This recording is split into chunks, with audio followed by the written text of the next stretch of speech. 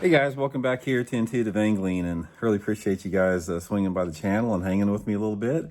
And guys, today I'm going to make the case why the Bassmaster Classic used to be a lot better in the past than it is right now, in light of the Classic going on last week. And I've heard all this stuff, guys, like, oh, this is the expo was packed and we had huge viewership, and like it's some big news, guys. I got some news for the people out there that have not fished for the last 30 or 40 years in the Bassmaster Classic. It's always like that. You know, I fished my first Bassmaster Classic in 1986. I fished in 9 classics. I've been to a bunch of others working for sponsors and stuff. The expo's always packed. The Bassmaster Classic's always packed. That ain't nothing new. But the thing about it is the event itself, in my opinion, has really, it's really lost the magic and the mystery and the mystique that it used to have. And I'm going to explain to you guys why that is. Not only has it lost a lot of the magic and the mystery and the wonderment of the event, it has also made it a lot tougher on the anglers that have qualified for the Classic. So we're going to get into that today. Also, guys, before we get started, thank you very much for everybody that's taken time to subscribe here to the channel. Appreciate that. Right now, we've only got like 30% of the people that watch the videos are actually subscribed. So if you can hit that subscribe button, hit the like button, hit the comment button, or make a comment, that goes a long way in pushing the channel out on the YouTube algorithm. Really appreciate that. And also, guys, thank you very much for everybody that has also supported Intuitive Angling by using all the links I put in every video description. You can see the video descriptions on your laptop or your cell phone. You can't see it on the TV, but really appreciate that. That's the reason that this channel is on YouTube, so thank you very much for that. Okay, I wanted to do this video because I've heard nothing but people saying, oh, the expo was freaking packed this year. It's bigger than ever. Forward-facing sonar. It's just blah, blah, blah. Guys, that ain't nothing new. It's not anything different. They say that every year. They've said it. Guys, they have said that since I have been fishing for 40 years ago. That's just what they do. They make it sound like it's bigger than anything. A lot of times for the sponsors, it was that way in the 80s, the 90s, the 2000s. Biggest Bassmaster Classic. The expo was packed. More people watching than ever. That's what you hear every single year. And it reminds me of fishing guides, because you hear the same thing with fishing guides. Oh, the fishing's really good right now, and it's only going to get better next week. And then next week they say, oh, the fishing's awesome right now, and it's only going to get better next week. It's like a marketing ploy. So you can't fall for that when you hear all this type of stuff, because that's just the way the Classic is. So let me tell you guys why the Classic is sort of like a shadow of its former self, in my opinion, because I've been there. I've been involved with it since the 1980s. A lot of people have not. So let me sort of take you back in history a little bit and explain to you guys. Okay, first of all, the Classic used to be the only game in town. It's like, in order to qualify for the Classic, like I did in my first year, there was only one circuit. There was a Bassmaster tournament trail. And the Bassmaster tournament trail, we had usually about 200 people in every tournament, and they took the top 35 out of the point standings to the Bassmaster Classic. Cut and dried, top 35 out of those 6 qualifier tournaments. So simple. That's what they need to get back in. There's so many different routes to make it now, and ins and outs, and it's a big hoo-ha and got complicated. But back in the day, that was you. And if you were in that group, you were considered a professional bass angler. There wasn't a thing like now where there's 6 billion tournament circuits, and there's AAAs, and there's like 3 or 4 different tour level events, and there's freaking thousands of professional bass anglers that claim they're pro anglers. But back in the 80s and early 90s, actually prior to 1997, when FLW was formed, prior to 1997, there was only one way that you could call yourself a pro angler, and that was to be in the Bassmaster tournament circuit and qualify for the Bassmaster Classic. Okay, here's what happened back then when you qualified for the Classic. And this went on, up until probably about, 20 years ago. It started to change about that point. When you made the Classic before, it's like it was a big freaking deal, because everybody knew who you were. Because the Classic, the people that qualified for the Classic in the 80s and 90s and the early part of the 2000s, everybody knew who they were because it took a long time to get enough skill to get into the Bassmaster Classic. That's why the average age for the Classic contenders were always like, around 40 years old or older, because it took that long to gain the experience to compete on that level against other anglers that had to do the same thing. Now we don't see that. You don't see that at all. That's why you've seen this flood of, the 20-something-year-old anglers using forward-facing sonar technology to, to basically as a shortcut to make the Classic. It wasn't like that before.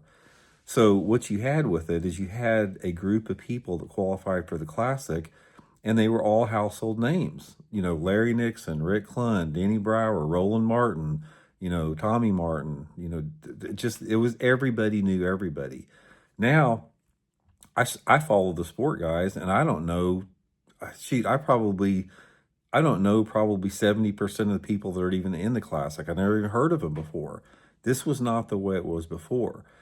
So this is, in essence, this has harmed a lot of the anglers that we have today. Now let me explain to you why. When you made the Classic, like all the Classics I made in the 80s and 90s, when you made the Classic, that was your ticket to success, because you could go like to the ICAST show, and you could basically go to about any company out there, tell them you qualified for the Classic, and you could get some type of a deal, usually a financial sponsorship from it. Say, for example, some type of a bait company might pay you $300 or $400 a month. You might get a boat company that paid your entry fees. You might get a motor company that gave you a free motor. It was easy to get if you qualified for the Classic because there wasn't any other competition. That's just the way. You were a pro angler, so you were compensated as such.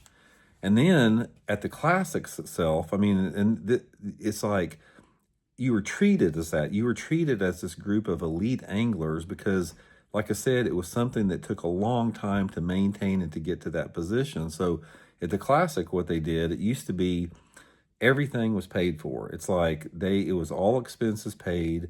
Most of the time, you flew to the tournament. So, you had to pack your rods and your tackle. They already had the boats there for you. We all fished out of identically rigged boats. So put you up in a super nice hotel, flew you there, paid all your expenses, this and that, got your boat, you got your own driver. So you went to the Classic, you had a driver assigned to you. You would meet in the boatyard every morning at the hotel parking lot, and you'd be chauffeured to the lake. They would launch you, you'd fish all day long. You'd come back that evening, and your driver would be at the ramp, to get you out of the water. And then everybody would line up single file, and you would get a police escort back to the tournament site. So imagine this. This is the way the Classics used to be. Let's say the lake was 25 or 30, 40 miles away from the host site, the host city. The highway patrol would be there, motorcycles, highway patrol, and cars both. They would literally block off traffic, and we would get in a single file lane and have a police escort for 20 or 30 miles. That was like so cool to be part of that. They don't do that anymore. Now it's like you basically, everybody pays their own way. You bring your own boat. You don't have a driver. None of that stuff, is the way it is now. The same thing with like the events. It's like every single night there was some type of a special, formal event. It was like it's hard to explain how the pageantry behind it. And then you had Ray Scott there, as like directing all of this. And Ray Scott had an energy and a personality about him that nobody can ever duplicate. He is Mr. Bass. He is the Bassmaster Classic. So during this time frame, it was like the Classics were they were completely different on a different level. The energy and the vibe of those Classics were unlike anything that you can ever imagine. And unless you were there, you don't know. This is the thing about it. A lot of these anglers now, or the people that, are all pumped up about the Bassmaster Classic, they don't have anything to compare it to. They weren't there back when the sport was at the top of its game. And the whole thing about that, this is one of the best things about that. It's like, it was good for the anglers, because if you were part of that group, and even if you didn't make the Classic every year, even if you just made it once every two or 3 years, you were still in this elite group that everybody knew who you were. Outdoor writers sought you out. You didn't have the social media now. So you had speaking opportunities, seminars, articles, that type of a deal, and you could make a good living in the sport. You could make, between your sponsorships, your appearance fees, and the tournament winnings you had, because the winnings versus the entry fees were so much better back now. Now the entry fees versus payouts absolutely suck. And it is so difficult for anyone to get sponsors. It's like if you're anymore, the Bassmaster Classic has been so watered down by all the changes in technology and all of the other tournaments out there that it's just another tournament. It does not hold the sway in the industry that it used to. So just because you qualify for the Bassmaster Classic now, don't expect sponsors to become knocking at your door. They did before, but they don't now. And there's a lot of different reasons for that. I mean, I'm not blaming all this on Bassmaster, even though that they've done an absolutely terrible job managing the organization the past 5 years. But this was a result of too much competition with the industry and no regulations or no guardrails. This is one of the things that has harmed professional fishing more than anything else, is we do not have a regulatory body to basically set rules or guidelines for it. It's the Wild West out there. It always has been. And in doing so, we've seen so many different tournament circuits pop up across the country. I mean, you can't even count how many dang tournament circuits are out there. And when you do that, it waters down the entire industry and makes it more difficult for anglers to stand out and excel and make a living at the sport. And that's what I feel bad. There's two things that I feel bad about professional fishing today. Number one is that, so many anglers out there use electronic technology as a crutch. And number two is they do not have the sponsorship marketing opportunities as they used to. And that is because of over competition. There's just too much competition, in the tournament genre. So it all goes back to, everybody thinks they can make a buck and they've got a better system or they got a better idea for a tournament trail. And just before you know it, everybody's all over the place. Like right now, you've got all these legends fishing the NPFL. And the NPFL 3 or 4 years ago, nobody even gave it a second look. But now, since they did the right thing and banned forward-facing sonar, they've become sort of the leader in the sport. But I never would have thought in a million years that you would see guys like Luke Clausen and Andy Morgan fish the NPFL when they've got MLF and Bassmaster to fish. But that's where we're at. That's how the sport has morphed into it. And this change within the sport has came as a direct result of the influence of electronic technology in our sport. There's no ifs, ands, or buts about it. That is why we've had this change for the worst in the sport. So, in my opinion, here's the thing about it. It's like professional fishing, like any other sport out there, it should be hard. It's like if you're a professional angler, you should set the bar for everybody else to follow, and you should not have advantages. Electronic technology is an unfair advantage. It creates an unlevel playing field from a technological standpoint that takes away the pure, primal, instinctual skills of bass fishing that traditionally allowed anglers to reach levels of success.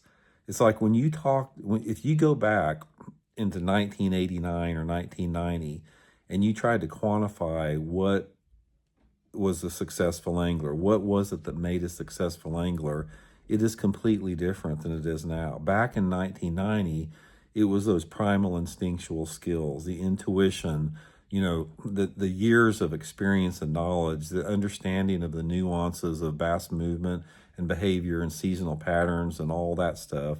And now it's been relegated to who's best at deciphering blips on a video game screen. So that's where we're at with it. So anyway, I just want to do this little video, guys. It's like a lot of people say that you can't live in the past, and it's like, you need to move forward. Sometimes the past is just better. And sometimes if we would go back to the past and some of the ways that we used to do things in the past, it would actually be more beneficial moving forward in the future, because I don't see the road that we're headed on right now is anything positive within the sport. And like I said, for all the dudes out there that say, Randy, you're full of it, you don't know what you're talking about, the expo was packed, they had, tons of people watching the Classic. That ain't nothing new. Like I said, the expo is always freaking packed. The tournament's always packed. There's always a lot of people watching it because it's the freaking Bassmaster Classic. So that's not any excuse that you can use for it. So anyway, guys, thanks for tuning in. Shoot me some comments and appreciate it. Talk later.